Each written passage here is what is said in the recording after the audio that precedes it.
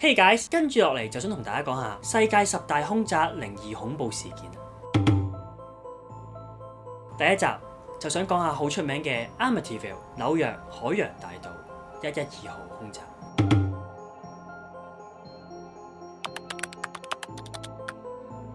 喺1974年11月13號嘅凌晨，一個23歲嘅男子喺呢間屋入邊殺咗佢嘅父母同埋佢4個嘅弟妹。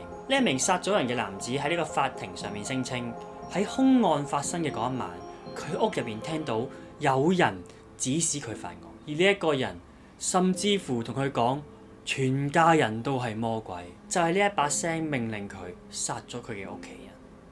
究竟呢一晚嘅凌晨發生咗咩事呢？我哋即刻還原翻整個案發過程啦。1974年11月13號下晝嘅6點半左右，當時23歲嘅 Ronald DeFeo Jr. 集咗去屋企附近嘅一間酒吧，佢周圍同人講：你哋一定要幫我啊！我嘅父母俾人槍殺咗啊！跟住 Ronald 就同一班人翻咗佢屋企，發現佢嘅父母就死咗喺屋入邊。佢哋報咗警之後呢，警察就嚟到搜查嗰間屋，就發現6名嘅家庭成員都死咗喺張床上面。所有受害者都俾呢個0.35嘅馬林步槍射殺，小朋友咧就一槍身亡，父母咧就各中2槍。物證表明，媽媽 Louis 同佢個女 Allison 死亡嗰陣咧都係清醒嘅。根據當地嘅警方所講，所有死者咧都係面部朝下瞓喺床上面嘅，而且都係冇掙扎嘅痕跡。Ronald 係呢個家庭成員入邊嘅大仔，當時亦都被認為係唯一嘅幸存成員。佢當時向犯罪現場嘅警員暗示，兇手係一名叫 Louis 嘅殺手之後，佢就去到當地嘅警署尋求保護。電視台嘅採訪就暴露咗佢對事件嘅講法嚴重不一致。第二日，佢承認咗佢殺咗佢全家。原本被指證為殺手嘅 Louis 有不在場證明，證明佢事發當晚並唔喺呢個州入邊。Ronald 同警察講：事情發展得太快，一開始我就停唔到落嚟啦。佢最後尾承認咗自己殺完人之後，沖好涼換好衫，更加好詳細咁講咗佢將啲沾咗血嘅衫啊、槍啊、子彈啊掉咗喺邊度。最終喺審訊嘅期間，佢嘅辯護律師堅稱佢係當時俾邪靈附身。咁當然啦，法庭最後梗係唔接受呢個抗辯理由啦。最終 Ronald 被判處謀殺罪成，並被判處6個無期徒刑，即係150年。喺13個月之後啊 Lutz 一家用咗呢個8萬蚊美金嘅呢個低廉嘅價格，就買咗呢一個整棟嘅5房大屋。阿 Josh 同佢嘅老婆咧，喺1975年嘅12月18號就帶住3個小朋友搬咗入嚟啦。而上一任慘死嘅屋主嘅大部分家私都仍然仲喺間屋入邊。根據佢哋嘅故事，呢家人搬咗入嚟嘅第一日就開始出現超自然現象。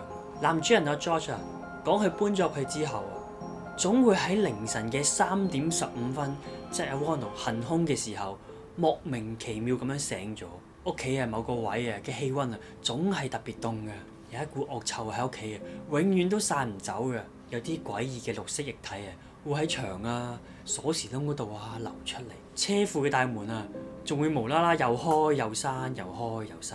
佢哋更加話會見到有魔鬼角嘅冇面人。有一位為阿 George 一家進行祝福儀式嘅神父更加表示，當佢入到地下室灑聖水嗰陣佢仲聽到背後傳嚟一聲尖叫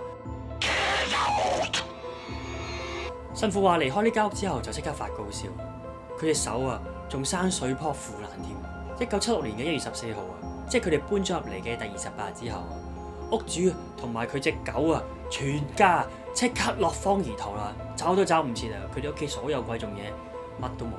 由於呢件兇案係十分於血腥同埋殘忍加上兇手嘅供詞同埋住戶之後嘅經歷，關於呢間屋嘅一切都好引起大眾嘅好奇心。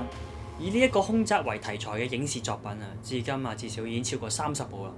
其中由溫子仁執導嘅《鬼屋驚兇實錄2 The Conjuring 2》當中嘅故事亦都講述華倫夫婦喺1976年調查 Amityville 事件嗰陣，發現咗一個修女形態嘅神秘惡靈。